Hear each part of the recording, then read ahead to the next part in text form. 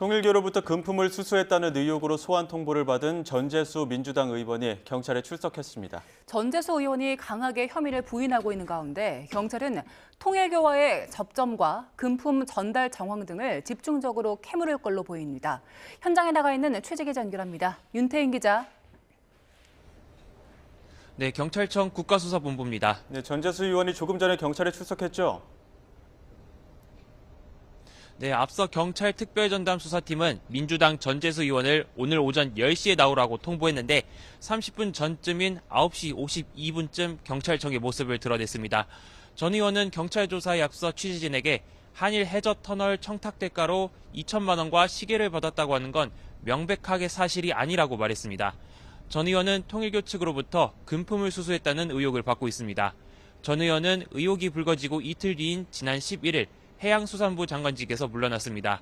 경찰은 전재수 의원을 피의자로 입건하고 자택과 의원회관 사무실을 압수수색하는 등 혐의를 입증하기 위해 수사를 이어오고 있는데 오늘 조사에서도 금품을 받았는지 등을 집중적으로 캐물을 것으로 보입니다. 네, 전재수 의원의 주요 혐의도 한번 짚어주시죠.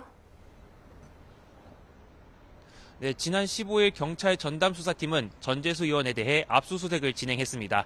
영장에는 전 의원이 통일교 측으로부터 현금 2천만 원과 불가리 시계 한 점을 받았다는 뇌물수수와 정치자금법 위반 혐의가 적시된 것으로 확인됐습니다.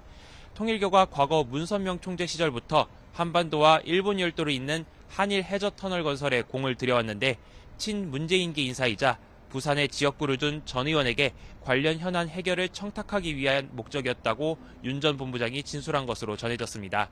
혐의를 부인하고 있는 전 의원은 오늘도 경찰에 출석하며 본인은 한일 해저터널을 일관되게 반대해왔다고 다시 주장했습니다. 네, 앞으로 경찰 수사는 어떻게 진행될까요? 네, 윤영호 전 통일교 세계본부장이 전 의원에게 금품을 전달했다고 주장한 것으로 알려진 시점은 지난 2018년 무렵입니다.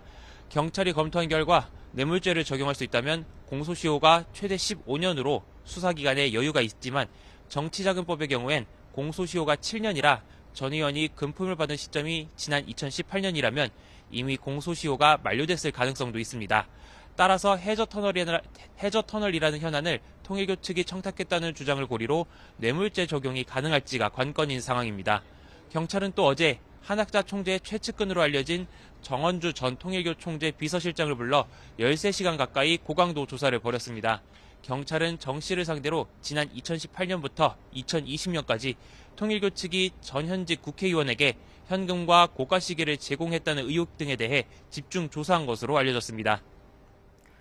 네, 전재수 의원 외에 다른 피의자나 통일교에 대한 조사는 어떻게 진행되고 있습니까? 네, 통일교 금품 수수 의혹과 관련해 경찰은 임종성 전 더불어민주당 의원과 김규환 전 미래통합당 의원도 피의자로 입건했습니다. 아직 이들에 대한 소환 일정은 알려지지 않았지만 조만간 경찰 소환이 이뤄질 것이란 전망이 나옵니다.